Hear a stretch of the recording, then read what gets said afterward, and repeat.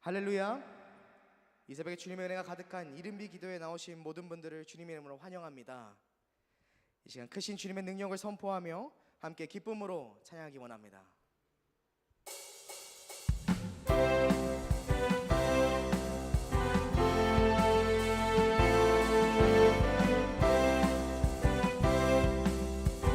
주의를 그 능력이 또다 나 믿네. 그 이름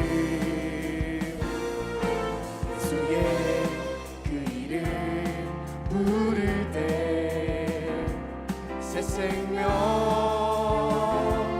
얻었네. 마귀를 떠나가고 갇힌 자 자유케 해.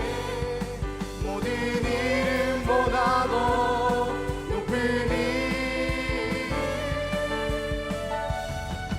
주의.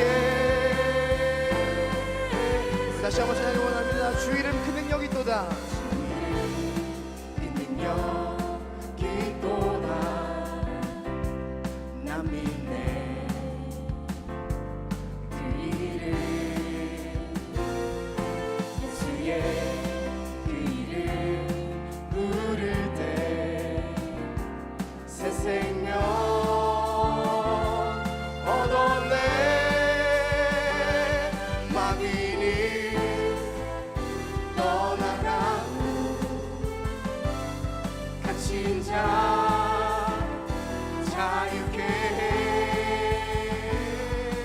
모든 이름보다도 높은 이름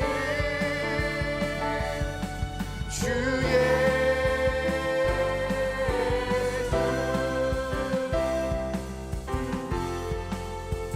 우리 2절의 고백으로 나가기 원합니다. 예리한 검처럼 예수의 그 이름 외치며 일어나 나가세.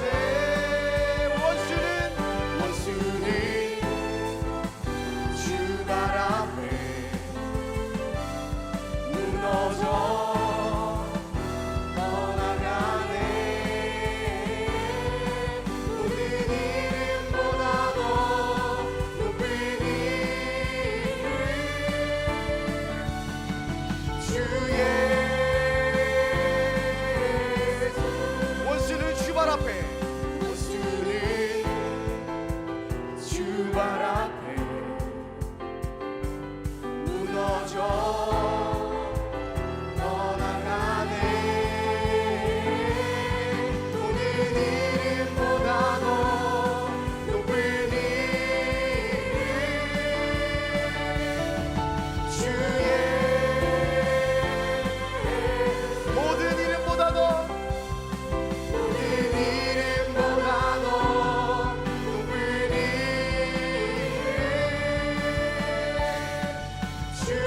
마지막으로 고백하기 원합니다.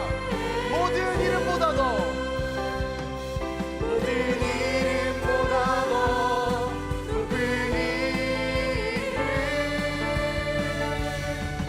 주 예수. 우리를 자유케 하시며 새 생명 주신 주님께 영광의 박수 올려드립니다. 할렐루야.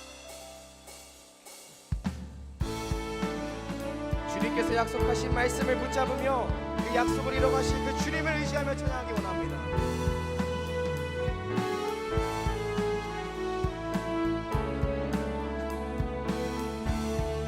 주님이 약속하신 말씀 위에서 주님이 약속하신 말씀 위에서 영원토록 주를 찬송하리라. 소리 높여 주께 영광 돌리며 약속 믿고 굳게. 다시 한번 고백하기 원합니다. 주님 약속하신 말씀 위에서 주님 약속하신 말씀 위에서 영원토록 주를 찬송하리라.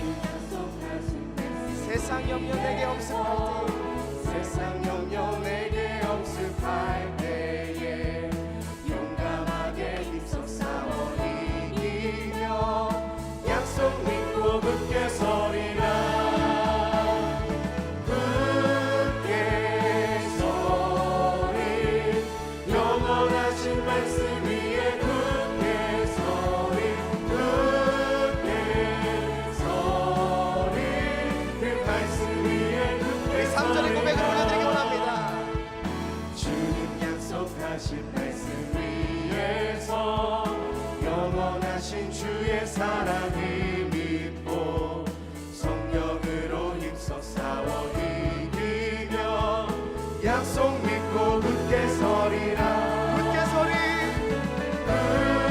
굳게 서리. 영원하신 말씀 위에 굳게 서리, 굳게 서리. 그 말씀 위에 굳게 서리. 주님 약속하신 말씀 위에서, 주님 약속하신 말씀 위에 성령으로 인도하는 대로 행하며 주님 품에 항상 안식 얻으며 약속 믿고 굳게 서리라. 굳게 서리. 영원하신 말씀 위에 굳게 서리, 굳게 서리. 그 말씀 위에 굳게 서리, 굳게 서리, 굳게 서리. 영원하신 말씀 위에 굳게 서리, 굳게 서리. 그 말씀 위에 굳게 서리라.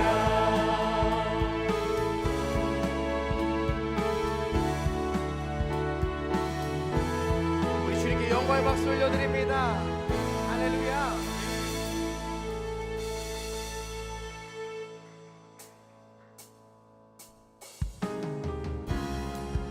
우리가 기도할 때 하나님이 일하시는 줄 믿습니다. 우리를 이끌어 가시는 주님께 우리의 모든 것을 내어드리는 믿음의 고백을 함께 올려드리기 원합니다. 날이 저물어 갈 때, 날이 저물어 갈 때, 빈들에서 걸을 때, 그때가 하나님의 때. 내 힘으로 안 될 때, 빈손으로 걸을 때, 내가 고백해 여호와. 다시 한번 고백하겠습니다. 날이 저물어 갈 때, 날이 저물어 갈 때, 빈들에서 걸을 때, 그때가 하나님의 때. 내 힘으로 안 될 때, 빈손으로 걸을 때, 내가 고백해 여호와 이래. 주가 일하시네, 주가 일하시네. 주께 아끼지 않는 자에게 주가 일하시네, 주가 일하시네. 신뢰하며 얻는 자에게. 우리 모인 이곳에, 우리 모인 이곳에 주님 함께 계시네. 누리네 아버지네. 적은 떡과 물고기 내 모든 걸 드릴 때, 모두 고백해 여호와 이래.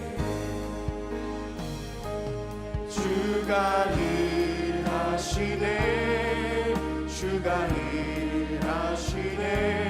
주께 아끼지 않는 자에게 주가 일하시네, 주가 일하시네.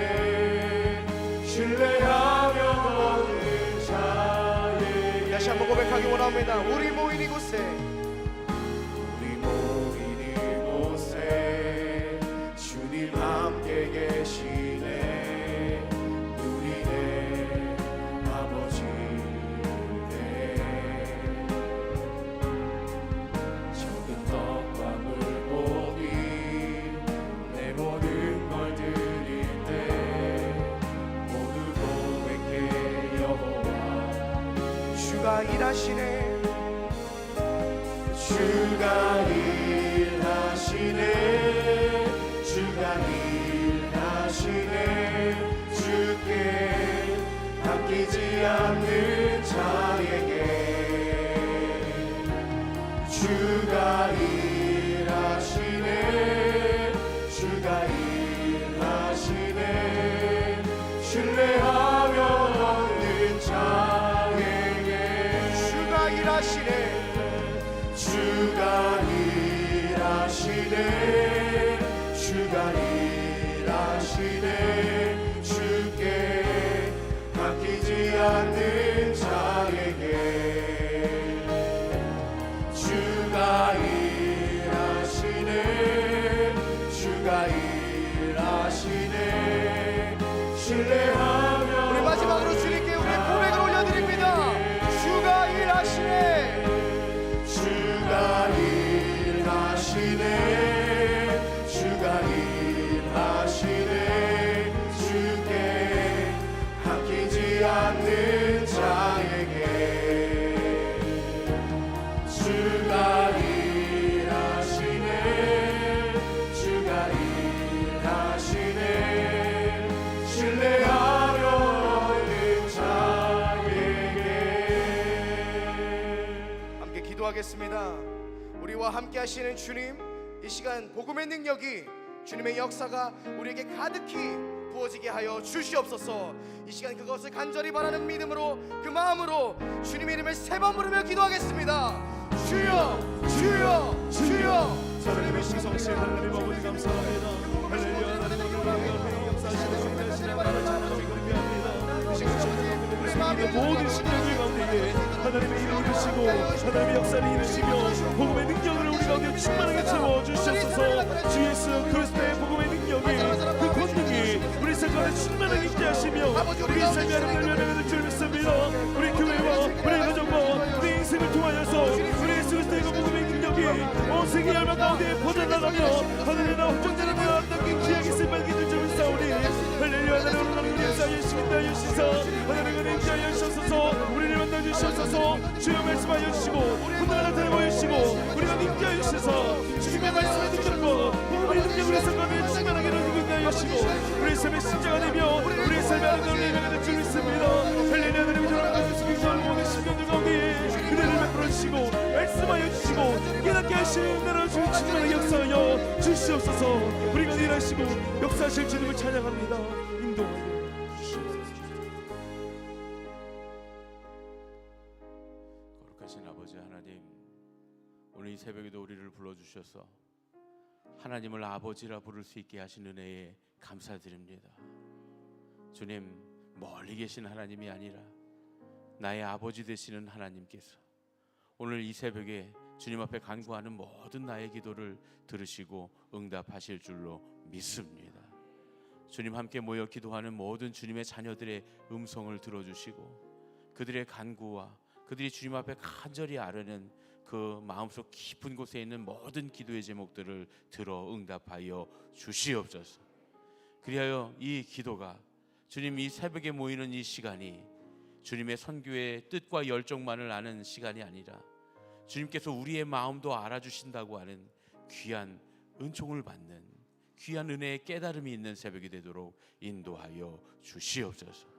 우리가 주님 아버지의 마음을 알듯 아버지께서도 우리의 마음을 아셔서 주님 응답하시고 역사하시는 놀라우신 자녀로서의 권세를 획득하고 누리는 새벽이 되도록 인도하여 주시옵소서. 예수님의 이름으로 간절히 기도하옵나이다. 아멘.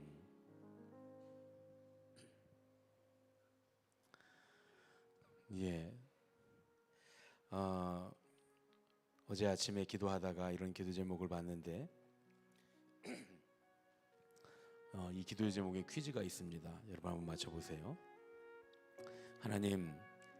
하나님을 멀리하고 세상 끝들에 빠져 살았던 지난 날들의 저를 회개합니다. 이젠 다시 하나님만을 사랑하고 나의 목표가 아닌 하나님께서 제게 보여주실 크고 놀라운 일들을 믿으며 살아가겠습니다. 세상 것들에 더 이상 물들지 못하게 하시고 언제나 하나님을 부르짖으며 살 수 있게 해주시기를 간절히 기도합니다. 저희 가족들이, 주변 친구들이 하나님을 섬기는 사람들이 되게 해 주시옵소서. 주님, 언제나 저희를 위해 기도해 주시는 목사님들을 그리고 선생님들을 축복해 주시옵소서. 주님, 이분들을 지켜주시고 어떤 악한 마귀 사탄도 건드릴 수 없도록 항상 옆에서 도와주옵소서. 죄로 가득한 우리들을 위해 십자가에 못 박혀 죽으신 예수 그리스도의 이름으로 기도합니다. 아멘. 이 기도는 누가 한 것일까요? 놀랍게도 초등학교 6학년을 졸업하는 올해 중학교 1학년이 되는 학생의 기도입니다. 제가 이 이름을 안 봤으면 그냥 우리 청년들이나 어른들 중에 누가 기도했겠다 이렇게 생각을 했는데, 이 이름을 보니까 이번에 초등학교 졸업하고 중학교에 올라가는 그런 학생의 기도입니다. 새벽 기도에 계속 줄곧 열심히 참석했는데 어느덧 어른이 됐어요. 꼬맹이부터 새벽 기도에 참석해서 그래서 기도의 제목을 재밌게도 내고 우리에게 웃음을 주기도 했는데, 어느덧 이렇게 커서 어른과 같은 그런 기도의 제목을 냈습니다. 우리가 한 1년에 2번 하는 그런 새벽 기도인데, 이 기도회에 한 해가 한 해가 지나갈수록 우리 자녀들의 기도의 제목을 바라보면서 잘하고 있구나, 믿음이 잘하고 있구나, 또 정말 성숙해 가고 있구나 하는 것들을 보게 됩니다. 아이들만 그런 것이 아니라 우리의 믿음도 이제 나날이 성숙해 가고 있는 줄로 믿습니다. 작년보다는 올해가 더, 올해보다는 내년이 더 주님의 은혜 안에서 비록 그래요. 사람이 30대가 되면서부터는 이제 잘하는 게 올라가는 거에서 내려가는 걸로 바뀐다 그러잖아요. 그래서 30을 넘으면 그때부터는 이제 발전하는 게 아니고 퇴화되는 건데, 육체적으로는. 그런데 주님의 자녀된 우리는, 우리의 속사람은 사도 바울처럼 날마다 자라가는 줄로 믿습니다. 우리 청년의 기도인데요. 하나님, 세상을 살아가다 보면 생각지 못한 오해를 받기도 하고 사람에게 속상하고 억울하나 하나님 나라를 위해 기꺼이 사랑하려 애쓰지만 가끔은 이 삶이 너무 외롭고 답답해서 하나님의 때가 그저 멀게만 느껴집니다. 가장 선하시고 분명히 갚아주실 분이심을 알지만 제 마음이 연약하여 모두 내려놓고 싶어질 때 세상이 줄 수 없는 위로로 다시 결단하게 하시옵고 작은 것 하나라도 놓치지 않고 주님께 맡기게 하옵소서. 혹 사람의 시선과 사람의 말이 두려워서 세상 앞에 나서기 어렵고 스스로 눈을 가려 하나님이 가라 하신 길을 주저할 때에도 나의 유일한 힘 되시는 주님을 신뢰하며 한 걸음씩 앞으로 나아가게 하옵소서. 내 뒤에 얼마나 크신 분이 나를 지키고 있는지 잊을 때도 있으나 그 순간마저도 하나님은 이 작은 나에게 주목하시고 보호하고 계신 것, 우리가 외로울 때나 기쁠 때나 항상 둘러싸고 지켜주신다는 그 사실을 잊지 않고 감사하게 하옵소서. 예기치 못한 우연 속에서 때로는 우리가 알아채지 못하는 순간에도 하나님은 여전히 하나님의 일을 이루시고 그 사랑과 보호하심으로 우리는 결코 혼자가 아님을 깨닫게 됩니다. 보이지 않으나 변함이 없으시는 하나님 안에서 오늘도 안전히 주님의 길을 걸어가게 하옵소서. 나에게 찾아오는 매일이 하나님이 주시는 기회이며 선물입니다. 사람의 말로는 형용할 수 없는 그 크신 은혜에 감사하며 예수님의 이름으로 기도합니다. 아멘. 하나님이 나에게 가까이 계신다고 하는데 우리 인생 살아가다 보면 하나님이 안 보일 때가 많습니다. 제가 어제 이제 우연히 점심을 먹고 들어오다가 카페에서 우리 권사님 손자 아기를 잠깐 좀 안아줬어요. 잠깐 안아주는데 그런 생각이 들어요. 이렇게 딱 안고 있다가 제가 요만큼 떨어져서 얼굴을 이렇게 보니까 얘도 도대체 이 사람이 누군지 궁금해서 얼굴을 계속 쳐다보는 거예요. 이 누구지? 아빠도 아니고 엄마도 아니고 할머니도 아니고 누구지? 이렇게 안아주고 있다가 또 다시 이렇게 하면 얼굴을 이렇게 쳐다보면서 빤히 보면서 이 사람이 누구지? 그러더라고요. 이렇게 안고 있으면 안 보이잖아요. 거리가 떨어지면, 조금만 떨어지면 그 얼굴이 보입니다.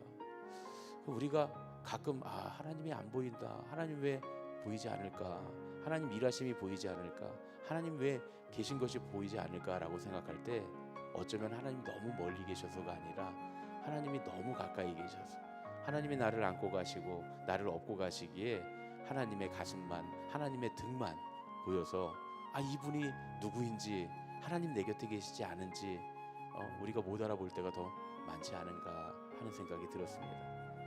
하나님, 이 청년의 기도처럼 늘 곁에서 둘러싸고 계시고 내 뒤에서 든든한 백이 되어주시고 늘 내 가까이 계셔서 하나님이 보이지 않을 때 하나님 지금 나를 안고 계시구나, 나를 업고 계시구나 이렇게 믿는다면 그 믿음이 자녀로서의 믿음이 맞는 줄로 믿습니다. 하나님이 우리 아버지가 되신다고 하는 사실이 사실 우리에게는 가장 큰 특권이고 가장 감사한 일이고 가장 영광스러운 일이고 가장 힘이 나는 일인 줄로 믿습니다.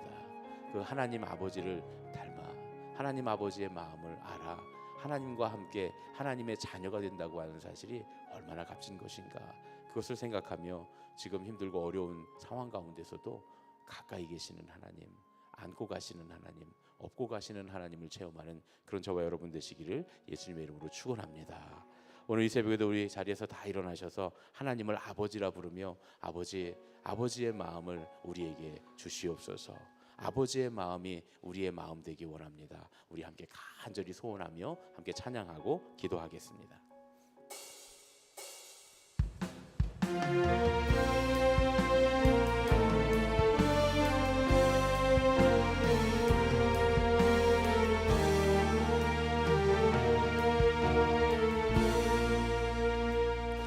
아버지, 당신의 마음이 있는 곳에 나의 마음이 있기를 원해요.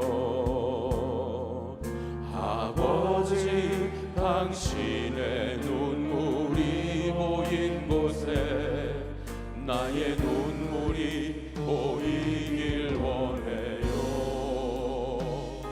아버지, 당신이 바라보는 영혼에게 나의 두 눈이 향하길 원해요.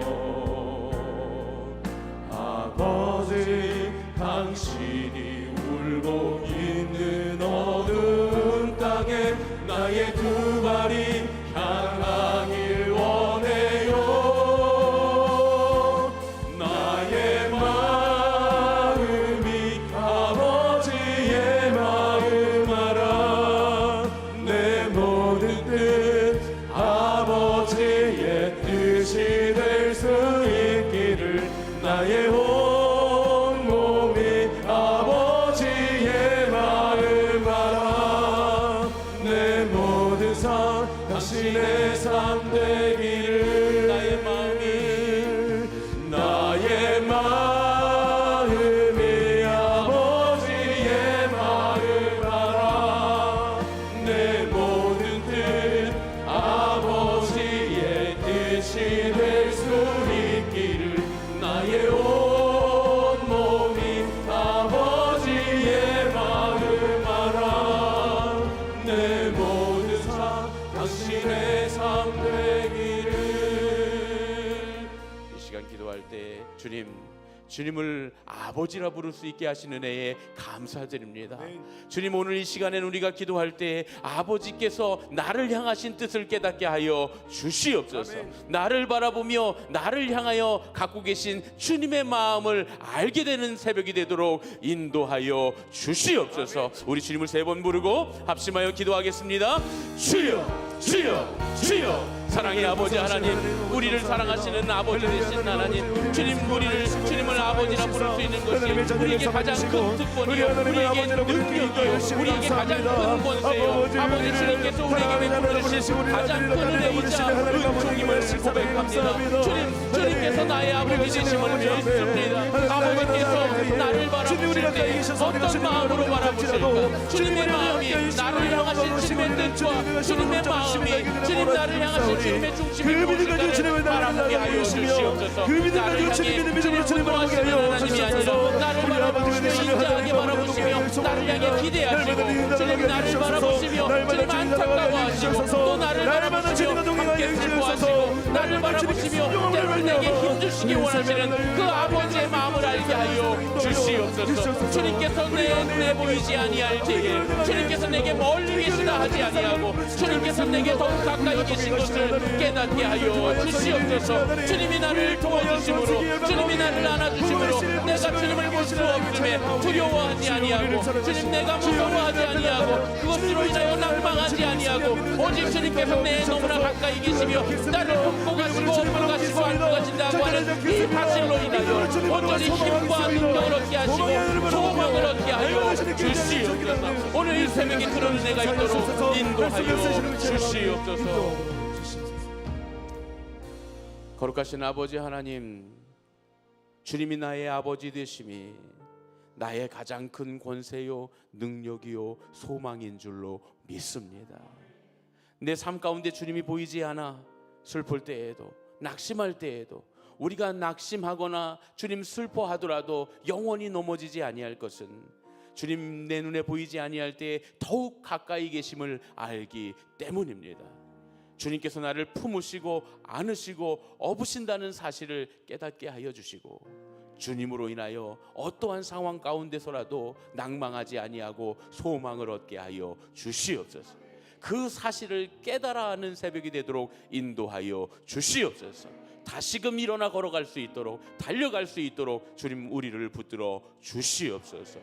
예수님의 이름으로 간절히 기도하옵나이다. 아멘.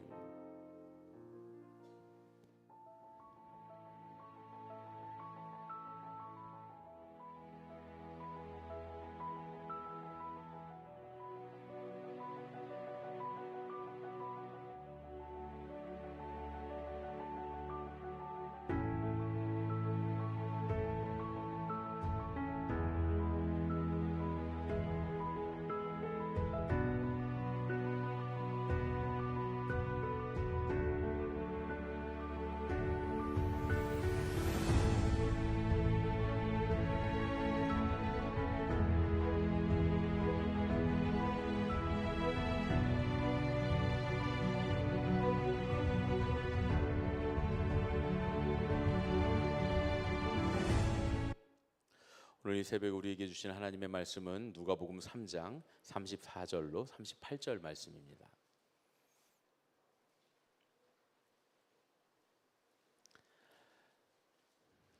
신약성경 누가복음 3장 34절로 38절 말씀입니다. 찾으셨으면 우리 한 목소리로 함께 봉독해 읽겠습니다. 그 위는 야곱이요, 그 위는 이삭이요, 그 위는 아브라함이요, 그 위는 데라요, 그 위는 나홀이요, 그 위는 스룩이요, 그 위는 르우요, 그 위는 벨렉이요, 그 위는 헤버요, 그 이상은 살라요, 그 위는 가이난이요, 그 위는 아박사시요, 그 위는 셈이요, 그 위는 노아요, 그 위는 레멕이요, 그 위는 무드셀라요, 그 위는 에녹이요, 그 위는 야렛이요, 그 위는 마할랄렐이요, 그 위는 가이난이요, 그 위는 에노스요, 그 위는 셋이요, 그 위는 아담이요, 그 위는 하나님이시니라. 아멘. 오늘은 족보에 관한 이야기입니다. 여러분 우리 교회에서 신앙생활 하셨으면 잘 아시겠지만 제가 목회하는 동안에 저는 족보를 좋아한다는 얘기를 했었죠. 그래서 어느 성경을 공부하든 족보가 나오는 부분에서 제가 항상 여러분들과 함께 아주 은혜로운 말씀을 나눴던 적이 많이 있습니다. 족보는 참 중요합니다. 왜냐하면 부모를 보면 그 자녀가 어느 정도 짐작되기 때문에 그렇습니다. 특히 우리 생각이 그렇죠. 자녀를 봐도 그 부모가 어느 정도 짐작이 됩니다. 때때로 그 출생이 그 사람을 설명해 주는 경우가 있죠. 그래서 우리나라 사람들은 족보를 굉장히 중요하게 생각합니다. 그렇죠. 요즘은 사실 족보가 어디 있는지도 모르는데 하긴 작년에 한번 저희 그 문중에서 족보가 왔어요. 그래서 제 이름까지 적어갖고 이제 족보가 왔는데 제가 그 족보를 사라 그러길래 안 샀어요. 굳이 뭐 제가 장손도 아니고 저는 이제 저희 아버님이 셋째시기 때문에 뭐 장손도 아닌데 우리는 장손이 있으니까 거기만 사면 되지 뭐 굳이 나까지 족보를 사라 이런 마음에서 비싸더라고요. 족보 한 권에 15만 원씩 하더라고요. 그래서 저는 안 산다고 연락을 드리고 저는 안 사도 된다고. 네, 제가 족보에 있는 거 확인했으니까 됐다고 이렇게 하고 말았습니다. 우리나라 사람들 옛날부터 족보를 굉장히 중요하게 여기죠. 그런데 이스라엘 사람들도 그렇습니다. 유대인들도 족보를 굉장히 중요하게 여깁니다. 그런 면에서 우리 민족과 이스라엘 민족이 닮은 점이 참 많아요. 그 탕자의 비유 보면 아버지가 거리가 먼데 아들을 향해 달려가잖아요. 이게 굉장히 놀라운 일입니다. 우리나라 사람들만 이해했어요. 특히 조선 시대의 이 구한말에 성경을 받아들인 사람들은 이 아버지가 이 아들을 얼마나 사랑하는지를 압니다. 왜요? 양반은 뛰지 않죠. 예. 그래서 그렇게 해석을 하면서 이 양반인 이 한 지역의 대표가 되는 양반이잖아요. 그 대표가 되는 양반이 그것도 제일 어른이 긴 수염을 휘날리며 아들을 향해 달려가는 겁니다.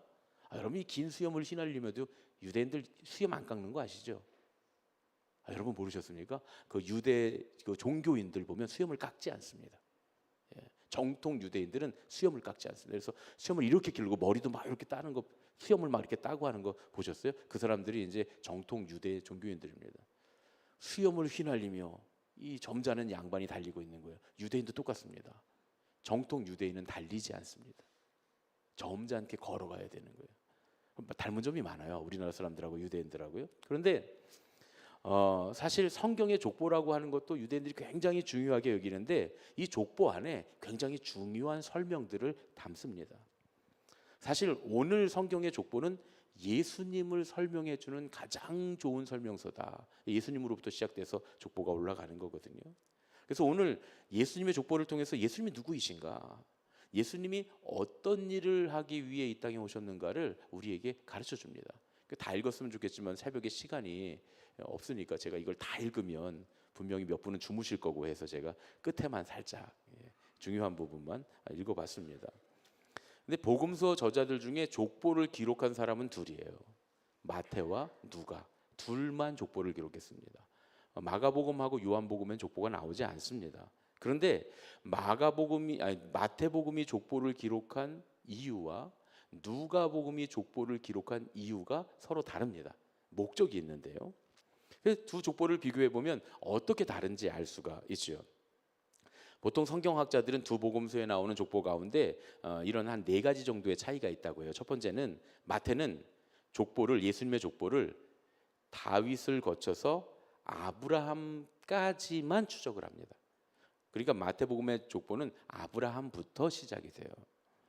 그에 반해 누가는 아브라함을 넘어서 아담에게까지, 그리고 심지어 하나님께까지 소급하고 있습니다. 그래서 마태의 족보에는 42명의 이름만 나오는데 누가의 족보에는 77개의 이름이 나옵니다. 두 번째로는 마태는 아브라함은 이삭을 낳고 이삭은 야곱을 낳고 누가 누구를 낳고 낳다는 형식으로 유대인들 족보의 순서를 그대로 따릅니다. 그래서 위에서 아래로 족보를 쭉 써내려 가는데 누가는 반대로 예수님으로부터 시작해서 누구의 위는 누구며 누구의 위는 누구며 누구의 위는 누구며 해서 아래서부터 위까지 쭉 족보를 써 올라갑니다. 족보의 방향이 전혀 다르죠. 마태의 경우에는 누가 누구의 자식인가 혹은 누가 누구의 자손인가를 밝히고 있는 거라면 누가는 누가 누구의 조상인가를 밝히고 있는 셈이 되는 거죠. 족보의 방향이 다르니까요. 마태는 42명의 이름을 소개하면서 14명씩 단위로 아브라함에서 다윗까지, 다윗에서 바벨론 포로로 잡혀가기까지 14명, 그 이후로 예수님까지 14명, 이렇게 14명씩 딱딱 시대적으로 구분을 합니다. 그렇게 함으로써 이제 시대를 나누고 있죠. 반면에 누가는 예수님으로부터 위로 올라가면서 그냥 시대 구분 없이 쭉 하나님까지 올라갑니다. 마지막으로 네 번째는 마태는 예수님의 족보를 복음서 서두에서 기록을 해요. 제일 먼저 족보부터 나옵니다. 그래서 예수님의 탄생 앞에 족보를 기록을 해요. 그래서 문맥상으로 예수님의 족보와 예수님의 탄생이 매우 밀접한 관계를 맺습니다.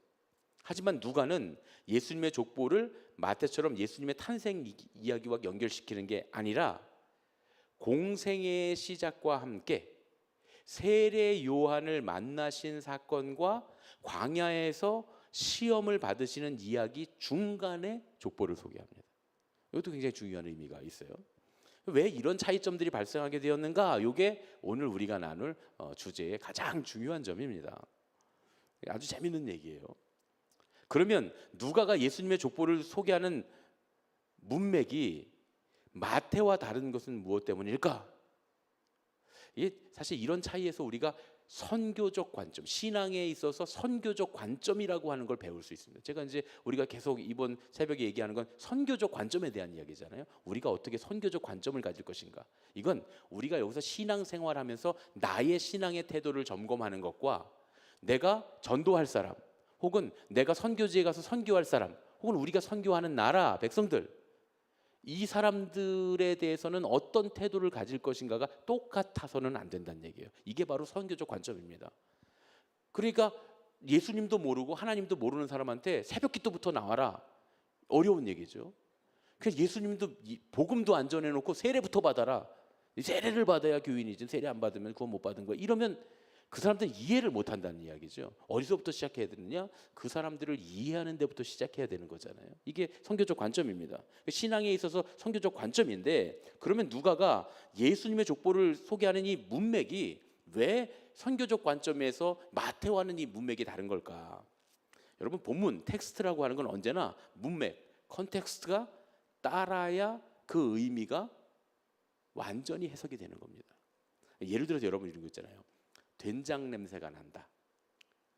막 이제 점심을 먹고 한참 일을 하다가 배가 고파서 저녁을 먹으러 가는데 골목을 싹 지나가는데 식당에서 참 맛있는 냄새가 납니다. 된장 냄새가 나네. 어떤 의미예요? 아주 좋은 의미죠, 그렇죠? 오늘은 된장찌개를 먹어야겠구나, 이런 느낌인 거죠. 그런데 한참 일을 하고 있는데 친구가 갑자기 신발을 벗더니 양말을 벗어요. 그래서 된장 냄새가 나네. 똑같은 된장 냄새가 나는데 의미는 완전히 다릅니다. 하나는 아주 긍정적이고 하나는 아주 부정적인 것이 되는 거죠. 그러니까 누가 무슨 말을 했다고 그 말이 항상 같은 뜻은 아닙니다. 여러분, 군중들이 잘 속아 넘어가는 게 이거고, 정치인들이 우리 백성들을 잘 속이는 게 이런 방식이에요. 그러니까 어떤 말을 했다 그러면 사람들이 막 화를 내거든요. 누가 어떤 말을 했다 그러면 사람들이 막 화를 내요. 왜냐하면 우리가 여기서 듣는 상황에서 그 말은 굉장히 화가 나는 말일 수 있는데, 그 사람이 그때 그 상황에 그 자리에서 했던 말은 전혀 화가 나지 않는 오히려 기분 좋은 말일 수도 있습니다. 그러니까 우리가 어떤 사람이 말을 전한다고 해서 당시의 상황을 말해주지 않고 어떤 맥락에서 이런 말을 했는지를 모르는 상태에서 그 말만 듣고 분개하거나 너무 좋아하는 거나 하는 건 잘못된 일이라는 거예요. 그리고 말을 그렇게 전해서 그렇게 전해서 사람들을 분노하게 하거나 기쁘게 하는 건 왜곡이라는 겁니다. 나쁜 짓이 되는 거예요. 그러니까 이걸 우리가 잘 판단할 수 있어야 됩니다. 성경도 똑같아요. 성경도 그 당시의 상황과 문맥을 이해하지 않고는 온전한 뜻을 알 수 없습니다. 똑같은 족보를 이야기하지만 마태복음과 누가복음은 예수님의 족보를 소개하고 있는 문맥이 다릅니다. 마태는 예수님의 족보를 복음서 서두에 예수님의 탄생과 연결시켜서 이야기한다고 했잖아요. 마태에게는 예수님이 어떤 혈통으로 출생하셨는지가 굉장히 중요한 거예요. 왜냐하면 마태에게 있어서 유대인들 공동체, 자기가 지금 속해 있는 이 유대인 신앙 공동체에서는 예수님이 메시아인 게 중요하기 때문에 그렇습니다. 근데 메시아는 어디서 나셔야 돼요? 다윗의 혈통에서 나셔야 되는 거예요. 그래서 마태는 예수님의 족보를 쭉 이야기하면서 다윗의 혈통에서 예수님이 나셨다. 그러니까 예수님의 혈통이라고 하는 거, 예수님의 출생이라고 하는 거, 예수님의 탄생이라고 하는 거를 중요하게 여기면서 예수님의 혈통에 대한 얘기를 족보를 통해서 하고 있는 겁니다. 반면에 누가는 예수님께서 공생의 활동에 나서기 위해서 세례를 받으신 후에 족보 이야기를 들려줘요. 예수님의 세례 이야기와 족보가 밀접한 연관이 있다는 이야기입니다.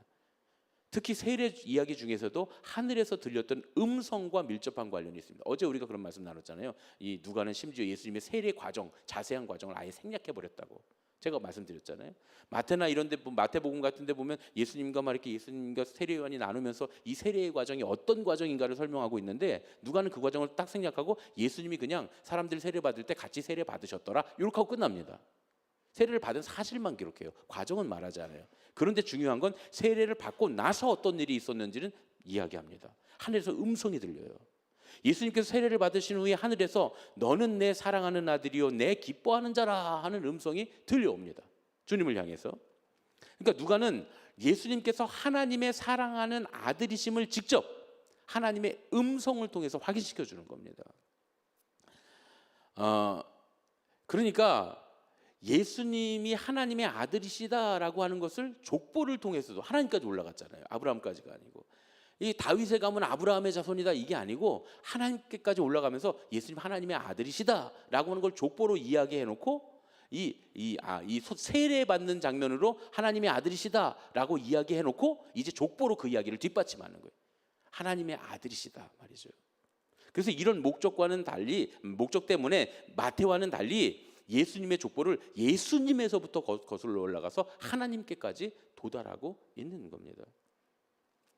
누가가 이런 의도로 예수님의 광야 시험 이야기를 예수님의 족보 바로 뒤에 소개하고 있다라고 하는 사실에서도 이 똑같은 의도가 드러납니다. 제가 좀 아까 말씀드렸잖아요. 이렇게 세례 받으시고 너는 내 사랑하는 아들이다 주님 말씀하시고 그 다음에 하나님의 아들이십니다 하고 족보로 이야기하고 그 다음에 광야로 시험 받으러 가셨는데 마귀가 자꾸 뭐라 그래요? 네가 만일 하나님의 아들이거든.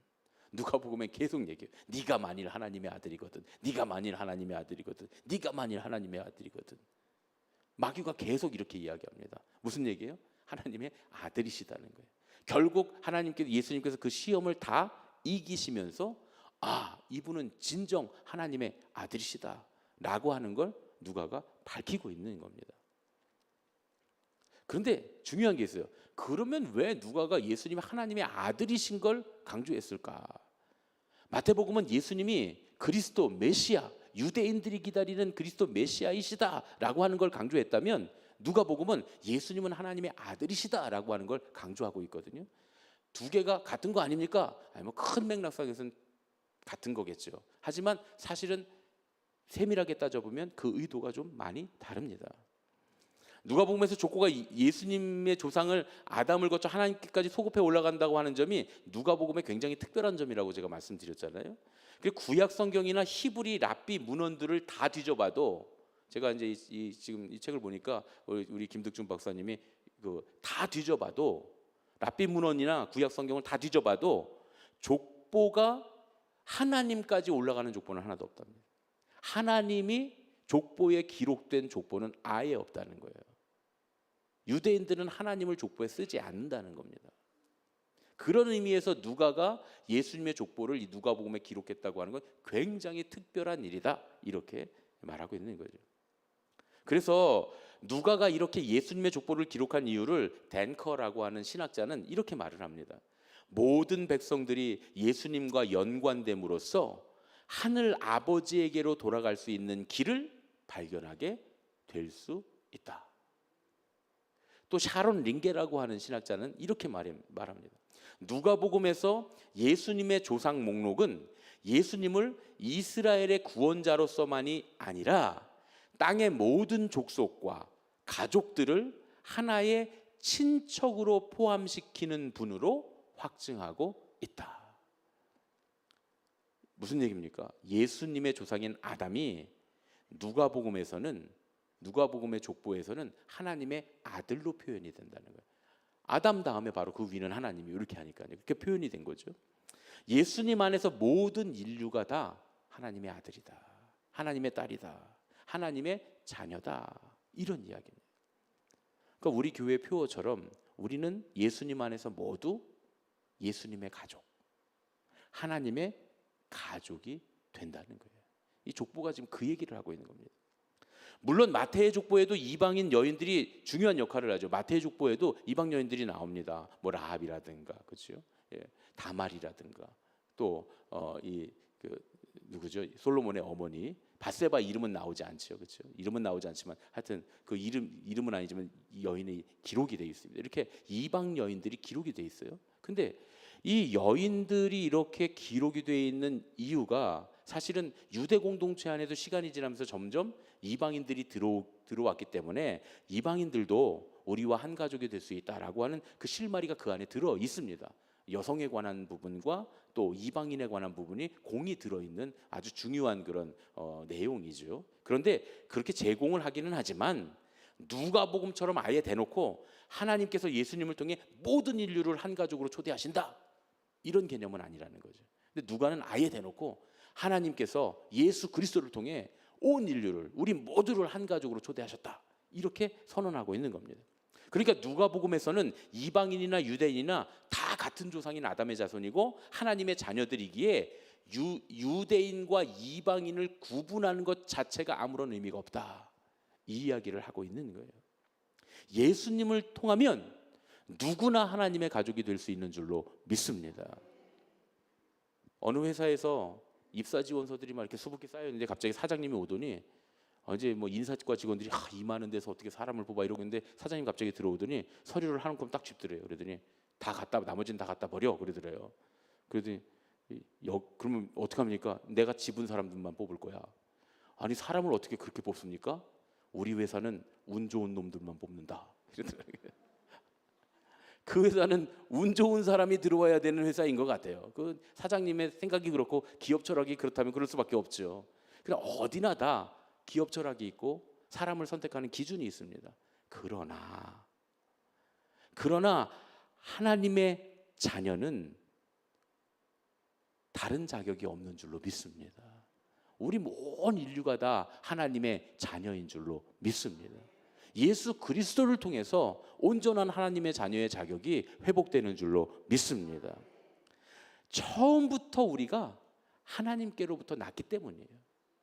지금은 어떤 사람들은 자격을 잃어버리긴 했어요. 죄로 인해 하나님과 멀어져 자격을 잃어버리긴 했지만 원래는 처음부터 하나님께로부터 났기 때문에 다 하나님의 자녀다, 이런 얘기입니다.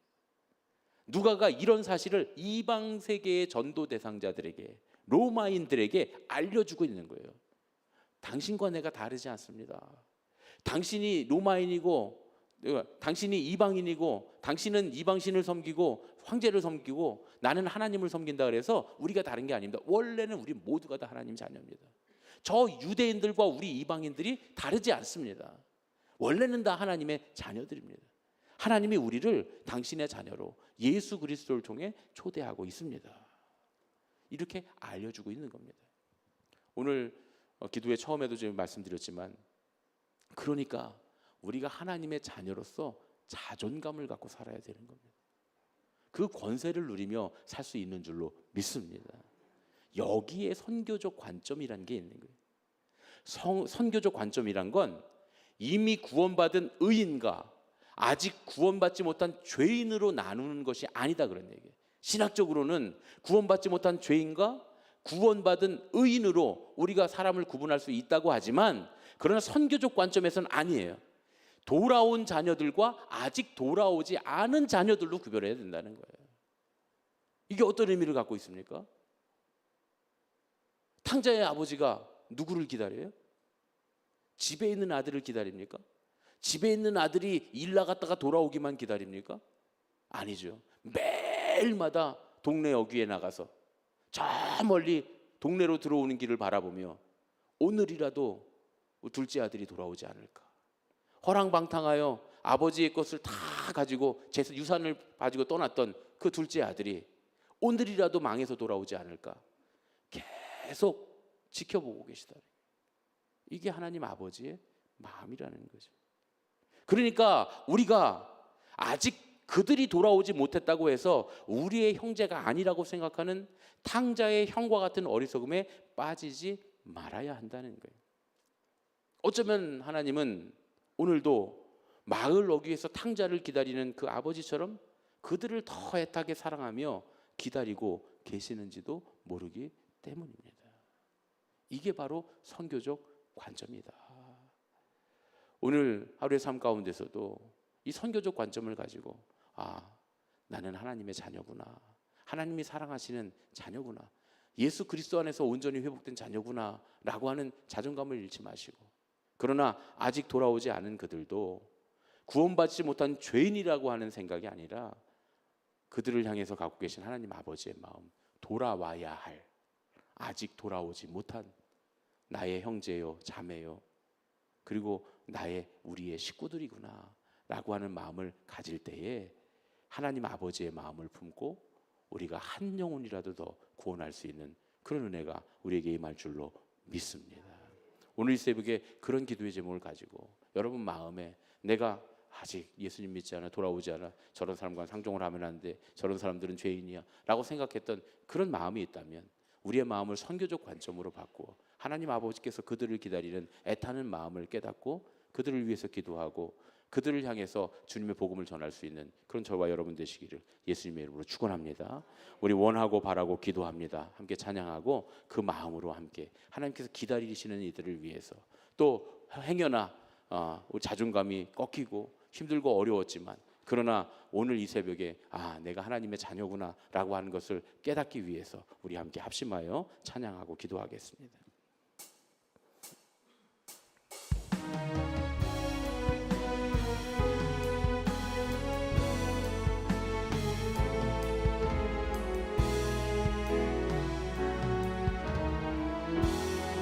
이 세상을 살아가는 동안에, 이 세상을 살아가는 동안에 나의 힘을 의지할 수 없으니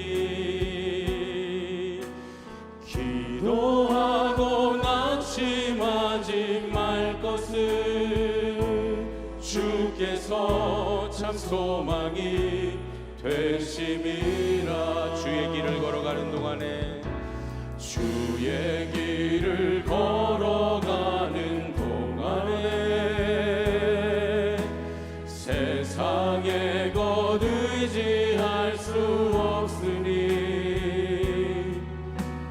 감사하고 낙심하지 말 것은 주께서 참 기쁨이 되심이라. 하나님의 꿈이